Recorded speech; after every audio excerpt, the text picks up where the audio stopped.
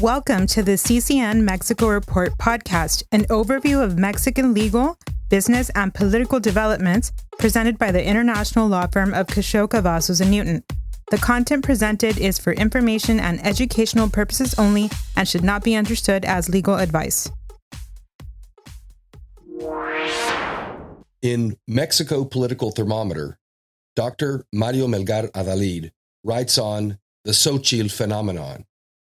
From now until the end of 2024, the central issue in Mexico will be politics. On June 2nd, 2024, elections will be held in Mexico, and it is expected that 98 million voters will vote on the next Mexican president.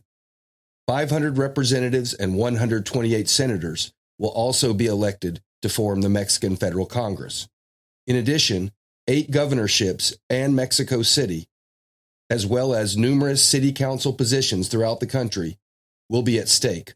More than 20,000 positions will be up for grabs. The most notable thing so far has been the selection process of the candidates running for the presidency. Morena, the party currently heading the government, after a process that was resolved through public polls, decided that its candidate will be Claudia Sheinbaum, who had resigned as head of government of Mexico City to run in this primary process. For the opposition, after a large number of candidates sought the position, the Broad Front for Mexico, Frente Amplio por México, consisting of 3 parties, the National Action Party, PAN, the Institutional Revolutionary Party, PRI, and the Revolution Democratic Party, PRD, decided that Senator Xochitl Gálvez will be the opposition's candidate for the presidency. This candidacy arose unexpectedly after an incident in which Senator Gálvez was not allowed access to the National Palace to participate in the morning conferences that the president holds every day to report on events and give the administration's point of view on numerous issues. The refusal to allow her to participate in the morning news conference, the Mañanera, as these conferences are known, despite having a court order to participate, was the spark that ignited national interest in a candidate known by her first name, Xochitl. In addition to being charismatic and friendly, Xochitl usually travels through the streets of Mexico City by bicycle. She seems to possess a series of attributes that will make her a strong candidate to compete with Claudia Sheinbaum, which means that Mexico will have a female president regardless of the result of the election. Xochitl is of indigenous origin, was an engineering student from UNAM, and became a successful businesswoman. She entered politics when President Vicente Fox accepted the recommendation of a group tasked with identifying leadership talent and who proposed her to serve at the National Indigenous Institute, where she carried out notable work. She has already been mayor of one of Mexico City's municipalities, and her experience in the Senate opened another political window for her. Frank, open, successful, and brave, she will be a candidate who will likely have the support of millions of Mexicans to face the official Morena candidate, Claudia Sheinbaum. In Palabras, Dr. Mario Melgar Adalid writes that Mexico emerges from China, Nearshoring. In baseball, pinch hitters serve an important and often decisive role in the outcome of games.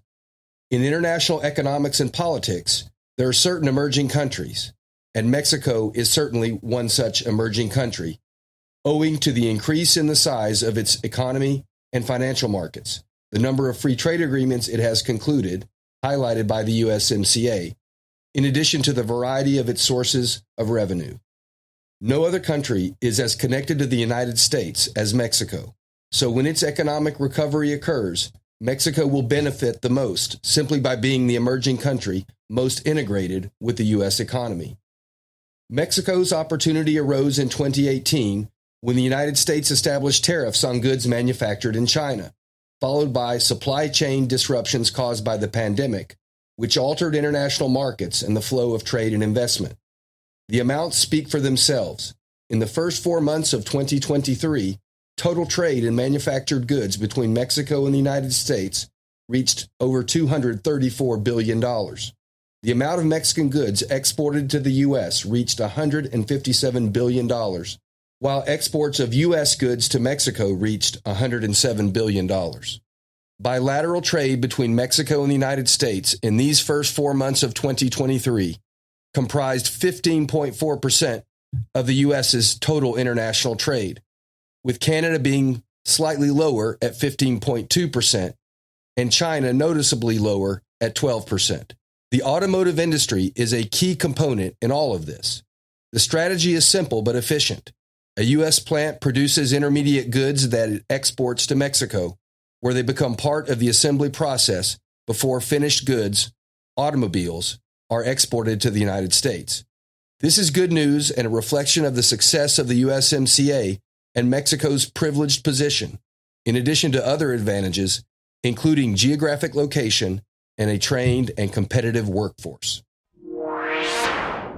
CCN attorney Omar Lopez writes on electricity demand rights and present challenges for nearshoring in northern Mexico. In recent months, Mexico has seen an increase in the assignment of electricity demand rights, KVAs, as a result of growing nearshoring investments. A KVA is the unit that measures the voltage transformation capacity needed to receive a safe and reliable electricity supply. This is important because, as is now more often the case, end users demand transformation capacity to be applied in electrical circuits at industrial parks and buildings in Mexico. Therefore, the growth in the assignment of KVAs within the framework of the relocation phenomenon is not surprising. There is a great demand for KVAs. However, a shortage of capacity exists in the country's electrical infrastructure.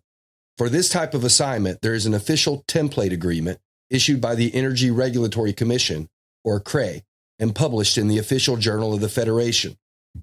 This template is called the Agreement for the Assignment of Electricity Demand Rights in Medium Voltage Services. Such template still contains the terminology used in the Executive Rules for the Electricity Public Service Law, published in 1998, and continues to apply in these cases. Under the terms of the Official Assignment Agreement template, CFE appears as the owner of the distribution and transformation infrastructure. On the other hand, on March 22, 2018, a draft measure sought to establish the general administrative provisions on contributions, which was published on the National Commission for Regulatory Improvement, CONAMER, website. Through August 2022, a dozen comments had already been submitted to this draft. However, the last change in the draft's public file was to request the withdrawal of it. Later, on December 9, 2022, the CRE started a new public consultation process where a few comments have been submitted through July of this year. Given what has occurred to date, unfortunately, there is no current and duly regulated process for assigning KVAs in Mexico. This causes assignment procedures to become very long and cause major uncertainty. In addition, procedures for new load center connections, as well as for increases in existing loads, industrial park developers are forced to make significant investments in conduction lines and substations, mainly because the CFE has not invested sufficiently in those areas in recent years. Data exists showing that in the Apodaca distribution area near Monterrey, the price per KVA is around $350, while in the Tijuana area, the price is up to $500 per KVA.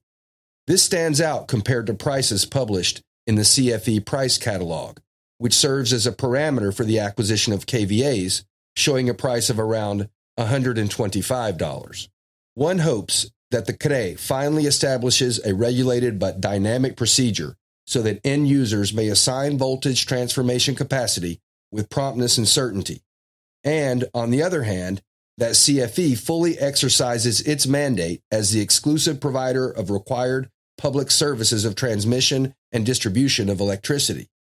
This can occur only through new investments, which allow Mexico to maximize potential economic growth offered by nearshoring. CCN attorneys Jorge Ojeda and Abel Quesada write on letters of intent for real estate projects in Mexico. As a result of the effects caused by nearshoring in Mexico, the industrial real estate market has seen an increase in the demand for the acquisition and leasing of industrial space, thus creating a, quote, sellers and landlords market. The limited availability of ideal conditions for certain projects has caused a significant increase in the cost per square meter of land, as well as in existing and in-progress industrial buildings, which has led to changes in both the negotiating dynamics of new real estate projects and in lease renewals. A letter of intent, also known as an LOI, is a useful tool for the subsequent legal implementation of a transaction in a more agile and functional process. It is therefore important to better understand the legal nature of the letter of intent in Mexico. In Mexico, in general, the letter of intent is not regulated specifically by civil law. However, considering the rules of interpretations of contracts, it is established that the general rules for most similar contracts would apply. It is important to clearly establish which parts of the LOI are binding and which are not, precisely in order to prevent an LOI from being construed as a promise to make an agreement by which the parties agree to the terms of the final intended agreement to be executed, or construed as a final agreement due to the assumed agreed definitive terms contained therein. The letter of intent offers a useful opportunity to establish the essential business aspects for parties to enter into formal negotiations to reach a final legal agreement. However, as noted, in Mexico it is essential to precisely establish the binding and non-binding provisions of an LOI. Thank you for joining us for this edition of the CCN Mexico Report podcast. Subscribe to the CCN Mexico Report newsletter at www.ccn-law.com to receive the full text of this edition's articles. This podcast is copyrighted 2023 by Xochitl and Newton, LLP. All rights reserved.